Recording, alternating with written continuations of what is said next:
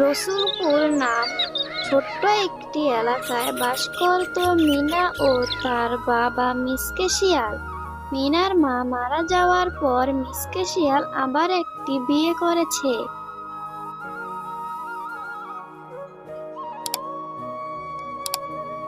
এই যে নবাবের বেটি, রান্না কি তোমার হলো? আর কতক্ষণ না খেয়ে থাকবো? তোমার তো দেখছি দিন দিন পাওয়ার অনেক বেড়েই গেছে।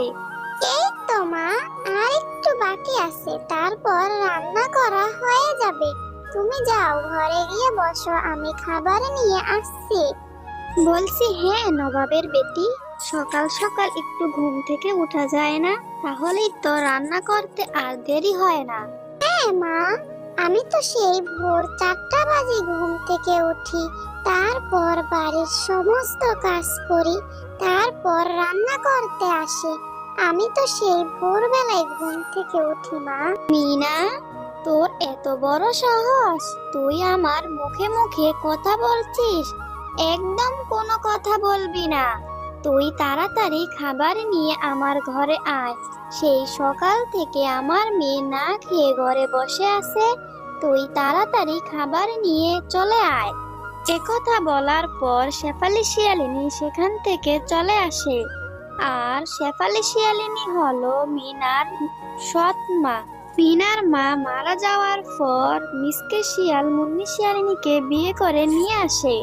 আর বেশ কিছুদিন আগে মিসকে শিয়াল মারা যায়, তাই মুন্নি শিয়ালিনী মিনাকে অনেক অত্যাচার করে। মা, এই নেও তোমাদের খাবার। এখন আসার সময় হলো মহারানীর খাবার নিয়ে।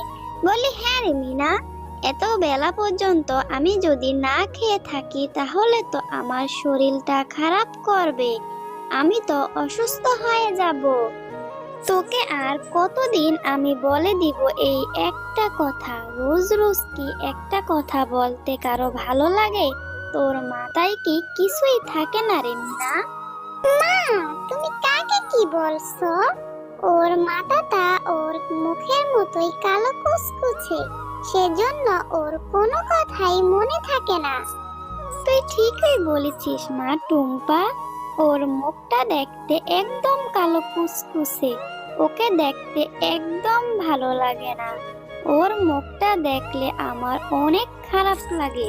তোমরা কেন আমাকে এমন কথা বলছো? আমি একদম কালো কুচকুচে না, আমি দেখতে অনেক সুন্দর। আমার মা আমাকে বলতো আমাকে দেখতে ওই চাঁদের মতো সুন্দর লাগে।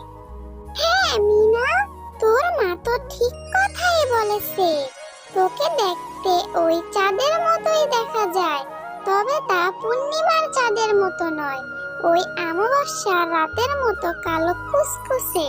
আচ্ছা মিনা, এখানে দাঁড়িয়ে দাঁড়িয়ে সময় নষ্ট করার কোনো দরকার নেই। তুই যা, এখন যে পুকুর পাড়ে গিয়ে কিছু থালা বাসন আছে তা মেজে নে, আর কিছু জামা কাপড় আছে তাও ভালো করে ধুয়ে পরিষ্কার করে নিয়ে আস। এরকম অত্যাচার করতে করতে বেশ কিছুদিন কেটে যায়। তারপর মিনা তার মার কথা মতো প্লেট বাসন জামা কাপড় নিয়ে পুকুরে চলে আসে ধোয়ার জন্য। সমস্ত কাজ করার পরও ওরা আমাকে এত কথা শোনায়, এত মারে, তারপরও আমি কিছুই বলি না। কেন যে বাবা মা আমাকে ছেড়ে চলে গেল?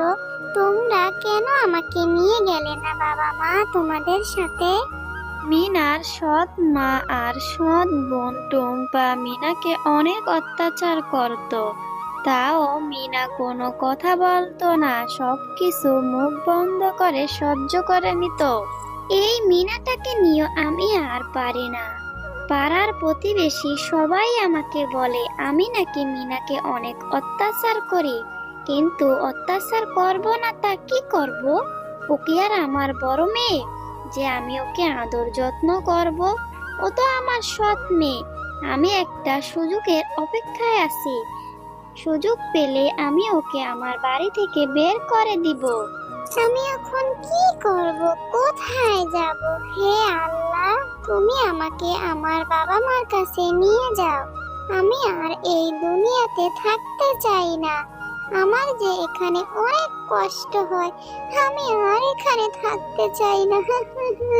একদিন সকালবেলা কাজ করার সময় মিনার হাত থেকে গরম পানি পড়ে যায় মুন্নি শিয়ালিনীর পায়ে। ওরে বাবা রে, ওরে মা রে, এই মেয়ে আমাকে মেরে ফেললো রে গরম পানি ফেলে। এই মেয়ে তো দেখছি আমাকে মারতে চায়, আমি তো মরে গেলাম রে। তো অনেক খারাপ হয়ে গেছিস মিনা, তুই আমাকে গরম পানি ফেলে মারতে চাচ্ছিস? তুই চলে যা আমার বাড়ি থেকে, শাকচুন্নি একটা আমাকে মেরে ফেলতে যাচ্ছে। বের হয়ে যা তুই আমার বাড়ি থেকে, চলে যা। তখন মিনাকে বাড়ি থেকে বের করে দেয় মুন্নি শিয়ালিনী। আর বাড়ি থেকে বের হয়ে এসে মিনা একটা পুকুরের নিচে এসে বসে।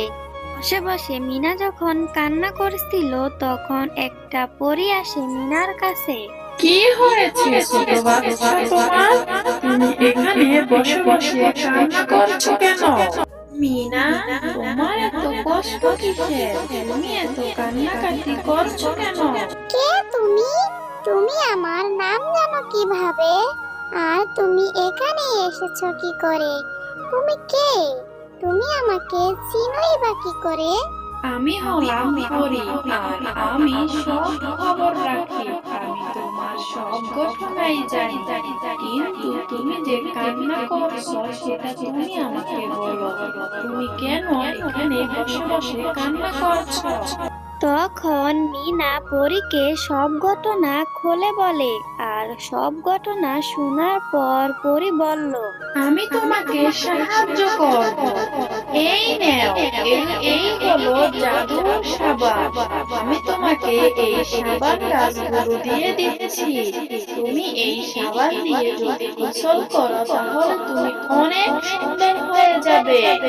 আমি তোমাকে যে সাবান গাছগুলো দিয়েছি, তুমি এখান থেকে কিছু সাবান বাজারে বিক্রি করতে পারবে, যাতে তুমি তোমার মামির কাছ থেকে আর কোনো কষ্ট না পাও, আর তুমি তোমার মতো জীবনযাপন করতে পারো।